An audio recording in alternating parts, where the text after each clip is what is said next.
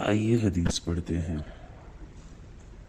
حضرت ابو ہریرہ رضی اللہ تعالیٰ عنہ سے روایت ہے کہ رسول اللہ صلی اللہ علیہ وآلہ وسلم نے فرمایا کہ اللہ تعالیٰ نے جتنے بھی پیغمبر بھیجے سب نے بکریاں چرائی ہیں۔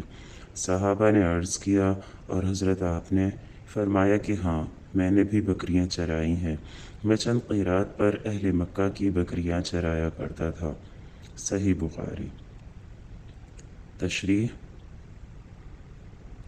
حضور صلی اللہ علیہ وآلہ وسلم نے اس حدیث میں چند قیرات پر مزدوری پر مکہ والوں کی بکریاں چرانے کا اپنا جو واقعہ بیان فرمایا ہے، یہ غالباً ابتدائی عمر کا ہے، جب آپ صلی اللہ علیہ وآلہ وسلم اپنے چچا حضرت ابو طالب کے ساتھ رہتے تھے، تو اپنی ضروریات پوری کرنے کے لیے مزدوری پر مکہ والوں کی بکریاں چرایا کرتے تھے، جس کے عوض آپ صلی اللہ علیہ وآلہ وسلم کو چند قیرات مل جاتے تھے۔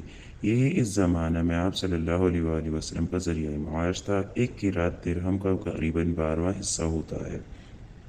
بکریاں چرانا بڑا صبر آزما کام ہے، اور اگر آدمی میں صلاحیت ہو تو اس سے اس کی بڑی تربیت ہوتی ہے۔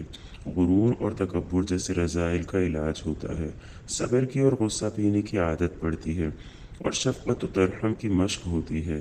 اس حدیث سے معلوم ہوا کہ اللہ کے سب پیغمبروں نے یہ کورس پورا کیا ہے۔ ضمنی طور پر بھی معلوم ہو گیا کہ اس طرح کی مزدوری نہ صرف جائز بلکہ سنت انبیاء ہے۔ اگر آپ کو میری ویڈیو اچھی لگی تو لائک کریں، چینل کو سبسکرائب کریں اور بیل پریس کر دیں۔ شکریہ۔